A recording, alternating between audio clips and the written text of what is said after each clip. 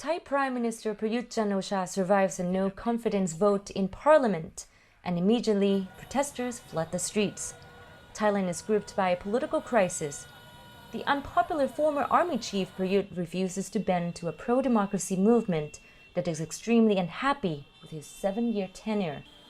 Their anger is made worse by an economy in ruins, not seen since the 1997 Asian financial crisis. Protesters say the government's handling of the latest wave of the coronavirus pandemic is the final straw.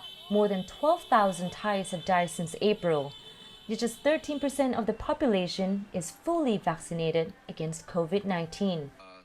Prayut defended his work and beat back Saturday's motion to have him removed from office, thanks to a parliament stuffed with allies of the royalist military. Thailand was one of the first countries hit by the COVID storm. Let me assure you that although Thailand might not be the best country in its handling of the pandemic, we're definitely not the worst. The young protesters insist, however, there's nothing he can do but resign. They say Thailand needs major surgery to the entire political body to make it a more equal and less repressive society.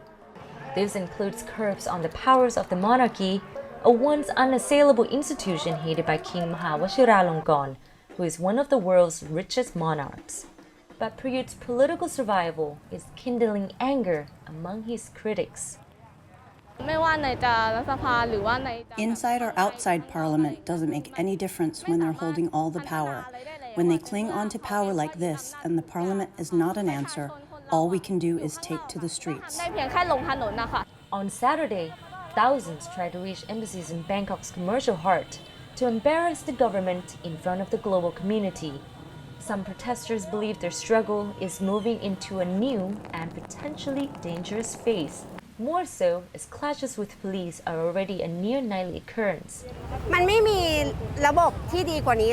Nothing works anymore. You can't try to reform every system in every institution. It won't work. Taking to the streets is the only way. Even nonviolence won't work against this dictatorship regime. I can't just sit and watch. I had to come out and protest, and everyone else should too. The tension is at boiling point in Thailand.